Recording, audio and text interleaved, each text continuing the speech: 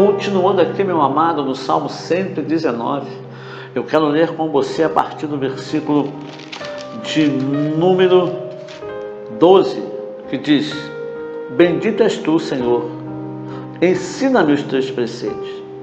Com os lábios tenho narrado todos os juízos da tua boca, mas me regozijo com o caminho dos teus testemunhos do que com todas as riquezas. Meditarei nos teus preceitos e as tuas veredas terei respeito. Terei prazer nos teus decretos, não me esquecerei da tua palavra. Aleluia, glória a Deus. Escute, nós estamos vendo o salmista falar dos preceitos, do mandamento, da palavra de Deus.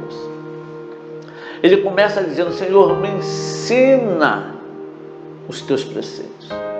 Hoje nós temos o Espírito Santo conosco. Foi enviado para estar conosco, para nos ensinar todas as coisas. O Senhor falou: Ele vos ensinará todas as coisas. E naquela época o salmista não tinha isso. Ele clama e fala: Senhor, me ensina os teus preceitos. E hoje nós temos alguém, uma pessoa conosco o tempo todo, para nos ensinar os preceitos e os caminhos de Deus. E nós não clamamos, não pedimos isso aí.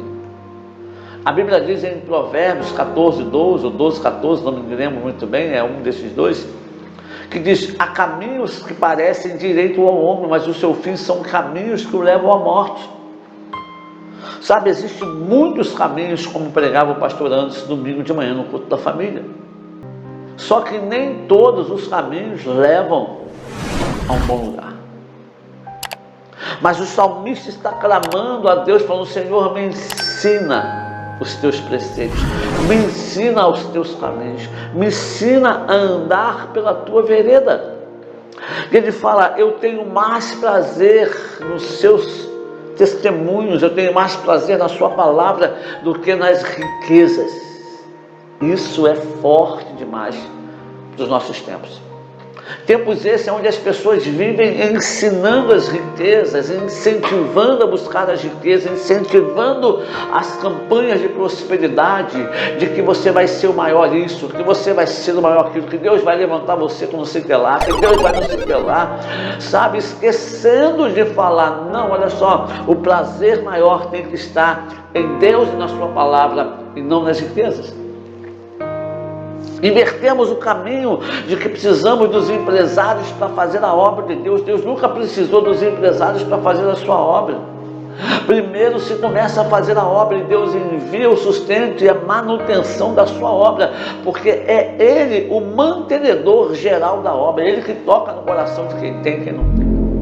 Eu lembro de um testemunho de um homem não cristão, lá de Caxambu, um homem muito rico, não lembro o nome dele, mas eu morei num condomínio dele.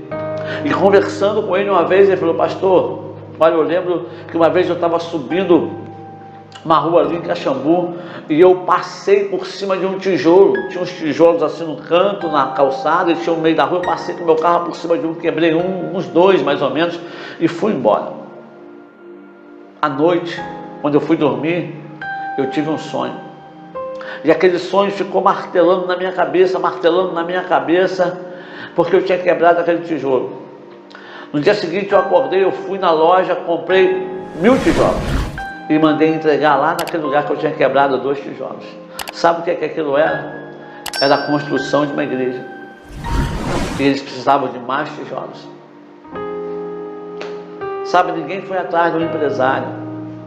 Ninguém foi converter o empresário, transformar ele num grande empresário para que ele possa doar. O dono da obra, o responsável da obra, tocou no coração daquele homem na madrugada, através de um tijolo que ele quebrou, para que ele pudesse, através dos recursos que ele tinha, que Deus tinha dado a ele, dar o sustento.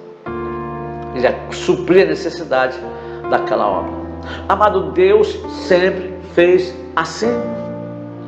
Deus sempre agiu assim. Nós invertemos a bola, nós invertemos as coisas e começamos a depender do dinheiro de A, começamos a depender do dinheiro de B, e com isso muitas pessoas foram passando a mão na cabeça de pecado disso, de pecado daquilo, sabe? O irmão ali é um grande empresário, o dízimo dele é muito grande, mas ele está em adultério, a gente não pode colocar em disciplina, a gente não pode chamar muita atenção dele.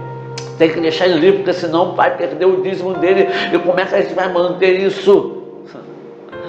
Se você não perde o dízimo dele, você perde a presença de Deus, porque você permite o pecado no meio da congregação.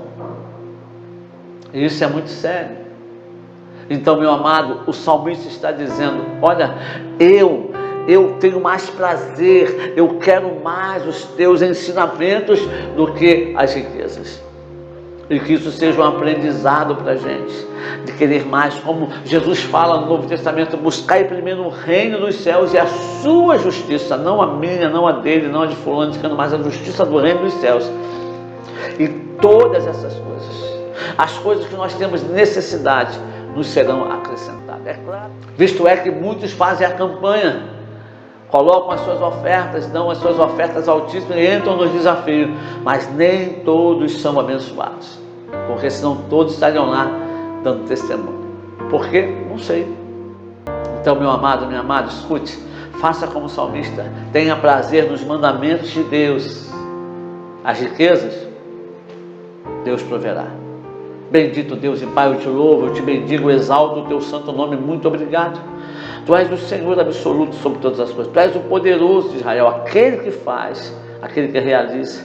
Que o nosso prazer esteja na sua lei, que o nosso prazer esteja nos seus mandamentos, nos seus estatutos, mais do que nas riquezas terrenas, para que o seu nome sim seja glorificado e nós possamos sim aprender contigo, em nome de Jesus, amém.